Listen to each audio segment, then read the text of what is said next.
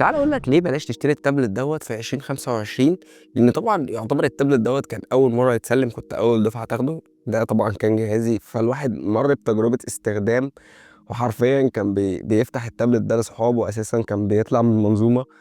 فالواحد التابلت ده قعد معاه سنين يعتبر، فمر بتجربته. ففي فيديو النهارده هنتعرف على هل فعلا التابلت ده مناسب في 2025. وخلينا مع الفيديو.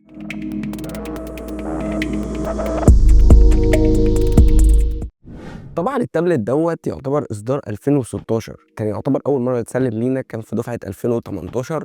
فالجهاز يعتبر حاليا في 2025 اصدار الاندرويد بتاعه قديم. انت بتتكلم في جهاز بقاله اكتر من 7 سنين. التابلت دوت يعتبر على اندرويد 8، واجهه سامسونج تعتبر اللي هي الاكسبيرينس تمام القديمه قبل الوان يو اي. تاني عيب للاسف في المواصفات بتاعه الجهاز دوت، كان بيجي بمساحه 32 جيجا زائد 2 جيجا بايت رام.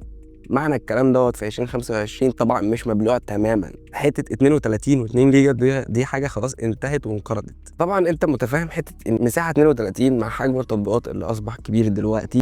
فعلا الجهاز بيدعم تركيب اس دي كارد لحد 512 جيجا بايت، ولكن برضو ده مش هيغنيك ان انت تحمل التطبيقات. ده مثلا لتخزين الصور والفيديوهات، وكمان بيشتغل شريحه. تالت عيب ومن ضمن المواصفات بتاعته ان هو جايب معالج اكزينوس قديم ثماني النواه، بتردد اعلى نواه فيه بتوصل 1.6 جيجا هرتز. وده يعتبر هيديك اداء متواضع، مش هيديك افضل تجربه ان انت مثلا تفكر تلعب عليه ببجي. ما تفكرش في ده تمام. لاني انا كنت بلعب عليه زمان ببجي لما كنت بطلعه بره النظام. وطبعا الجهاز كان بيعمل كان بيسموها لي التيب دي تمام، فكان بيزمر الجهاز. فما انصحكش بالفكره ديت تجيبه لخاطر تلعب عليه. هتبقى بالظبط العاب خفيفه، استخدام خفيف، مش بتاع فرق كتير يعني. والالعاب بتاعتنا اللي موجوده دلوقتي طبعا زي ما بقول لك عيب الرام دوت يفرق معاك وهيأثر لو انت بتفتح كذا تطبيق مع بعض. طبعا هتلاقيه قفل لك تطبيق، وده هيرجع لان طبعا حجم التطبيقات اصبح كبير على الرام. و2 جيجا بايت رام ما يعتبرش مساحه مناسبه ان انت تفتح كذا تطبيق. هتلاقيه بيقفل لك التطبيقات في الخلفيه اول باول. يعني انا ببقى فاتح تطبيقين على سبيل المثال، فاتح بي دي اف، لان انا طبعا بستخدمه في المذاكره. بفتح عليه مثلا بي دي اف تمام، وبفتح مثلا تليجرام بسمع ريكورد عليه او حاجه. لازم زي ما اعمل اصغر التطبيق تمام، واحطه على البي دي اف علشان خاطر ما يقفلوش من الخلفيه. لكن للاسف لو انا سايبه في الخلفيه ومش عامل زي خلي التطبيق عايم على الشاشه بالظبط، لازم اخلي التطبيق عايم على الشاشه علشان خاطر ما يقفلوش تلقائي. فدي يعتبر عيب بسبب طبعا حجم الرام. تالت عيب طبعا زي ما انت شايف حواف الشاشه. هو الشاشه ابعادها 10 انش، وده حجم شاشه كويس، حاولت تستحوذ 75% من حجم الشاشه. صراحه التابلت جميل جدا في مشاهده المحتوى. دقه الشاشه طبعا سامسونج معروف شاشاتها يعني ممتازه كويسه، فول اتش دي ديت 1080. الجهاز دوت شاشته تعتبر كويسه. بيجي كمان معاك هنا الكاميرا الاماميه. طبعا انت لو هتستخدمه انك تفتح زوم او في ميتنج او حاجه هيقضي معاك الغرض تمام. لكن انا بتكلم عن ان الحواف ديت في 2025 اصبحت غير مقبوله. دلوقتي الاجهزه بقت بتتنافس حرفيا ان مفيش حواف، وبقينا بقوا حاجات حرفيا بقت دلوقتي سليم خالص. ودلوقتي الشركات بقت بتتنافس على رفع الجهاز. طبعا الجهاز هنا سمكه حوالي اكتر من 8 مللي، ولكن يعتبر سمكه كويس. يعني هو الجهاز وزنه 500 جرام يعني، لكن توزيعه الوزن فيه تعتبر كويسه للاستخدام طبعا. وده حجم تابلت 10 انش فكويس جدا. رابع عيب للاسف انت بتتكلم في جهاز من 2016، فطبعا من الصعب جدا انك هتلاقي منه جديد. فهتبدا تتجه للمحلات انك تشتري منه التابلت دوت، او من خلال ماركت بليس ان انت تشتريه اونلاين من مستخدم زي مثلا او زي اي حد. هنا ساعتها انت للاسف مش هتلاقي حالات جديده تعتبر اتهلكتش. اجهزه فعلا بتبقى ناس ما استخدمتهاش، لان طبعا زي ما انت عارف في الفتره اللي احنا بندرس فيها التابلت بيبقى مقفول فيه المنظومه. فانت بتتكلم مثلا هنا في دفعه 2018 دوت لحد مثلا نقدر نقول 2022 2023 لحد الدفعه ديت. التابلت حرفيا كان بيبقى مقفول عليه، الا طبعا الناس اللي كانت بتفتحه، اللي هو كنت واحد منهم يعني. في ناس طبعا كانت بتركنه.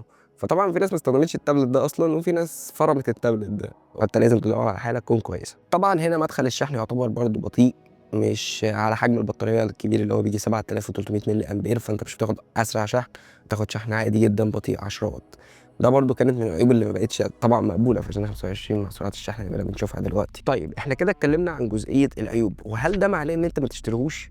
لا طبعا، في بعض الاسباب اللي انا هقول لك عليها ديت لو انت انطبقت عليك فهيكون التابلت ده مناسب معاك. قبل ما اقول لك الاسباب دي، اعتقد ان الفيديو عجبك طالما وصلت للحظه ديت. انا مش عارف ايه الدبان ابن الذين امنوا ده، انت شكل الفيديو عجبك ووصلت للحظه دي، فازاي يعني لسه ما خبطتش اللايك؟ لاول مره تشوفني اشترك في القناه وفعل الجرس عشان يوصلك كل الفيديوهات الجديده. بص الصراحة التابلت يعني ما حسيتش بقيمة الجهاز دوت إلا لما فعلا استخدمته فعلا في حياتي. بمعنى بيسهل عليك حاجات كتير.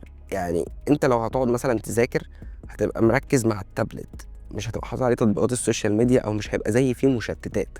فيعتبر الجهاز دوت هيغنيك عن حته ان انت تتشتت، فالجهاز ده هيفيدك في النقطه ديت. تاني حاجه لو انت عندك اطفال وعايزهم يبعدوا عن التليفونات، كل طبعا دشدشوها لكوا ديت، فطبعا هتجيب التابلت دوت هيبقى مناسب جدا. في وضع اساسا جوه التابلت ده اسمه كيدز مود، ده هيسهل عليك يعني زي بينزّل تطبيقات معيّنة للأطفال وكده. أنا ما اتعمقتش فيه ولكن هو حاجة موجودة في الsoftware. تالت نقطة، التابلت ده ممتاز جدًا في المشاهدة، طبعًا ده راجع لإن الشاشة Full HD، وراجع كمان إن حجم البطارية ده هيساعدك تتفرج براحتك من التابلت، مش هيأثّر معاك، بيقعد screen on عادي. يعني أنا الجهاز ممكن أشحنه كل يومين، كل 3 أيام على حسب طبعًا الاستخدام. زائد كمان إن هنا بييجي بميزة كويسة بسماعات ستيريو صوتها عالي وواضح، هتدّيك تجربة سماعة كويسة. أنت برضه لو حابب تستخدم مدخل سماعة عادي، لإن التابلت دوّة فيه مدخل 3.5 مللي، فيعتبر برضه دي حاجة بقينا نفتقدها دلوقتي في 2025. الجهاز الصراحة يعني أنا التابلت باقول لك محضّر عليه الscript، كاتب عليه تفاصيل الفيديو، فلأ الاستخدامات ديّة لو أنت جايبه لشغلك، عايز تعمل عليه sheet، عايز تعمل حاجات بسيطة كده، هيبقى جهاز مش حاجة مش هاقول لك إن دوّة رفاهية لأ، بيفرق جدًا في حاجات زي ما أنا قُلت لك كده بالضبط. رأيي بصراحة أنت حاليًا لو ميزانيتك أقل من 3000 جنيه وبتدوّر على حاجة إن أنت عايز تتعلم عليها، تتفرج عليها على محتوى، تستخدمها مثلًا في إن أنت تكتب عليها، فهيكون التابلت ده مناسب معاك جدًا. فئة 3000 ما تشتروش أعلى من كده. أنا حرفيًا كنت باوقّع التابلت ده ب1000 و1200 جنيه. فطبعًا أنت ماشي، إحنا هنقول مع ارتفاع أسعار الأجهزة والحاجات دي، فأنت ماشي هاته في رينج ال3000 ده الحالة تبقى نضيفة خالص، تمام. ولو أنت البادجت بتاعك أعلى من كده فدوّر على طبعًا الإصدار الأحدث منه اللي هو الA7. ما أعرفش الصراحة نزل الدفعة اللي بعدها الA8 والّا لأ، ولكن دوّر لو أنت الميزانية معاك أعلى من كده، دوّر على حاجة برضه تكون كويسة. هو الA7 بييجي أعلى من 3000 جنيه، فأنا عشان كده باكلمك في الحتة دي. لو أنت ميزانيتك أعلى فطبعًا روح للإصدار الأحدث.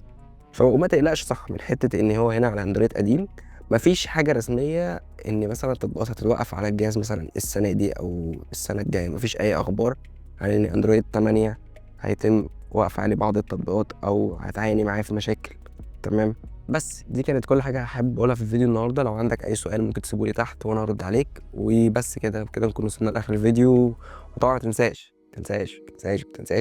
أنت وصلت كمان للحظة ديّة، فأنت إيه أكيد كده بقى الفيديو مش عاجبك، ده أنت هتتفرج عليه تاني بقى. فانزل ضبّط زرار لايك واشترك في القناة لو أنت أول مرة تشوفني، واستناني في فيديو جديد، ويالّا سلام.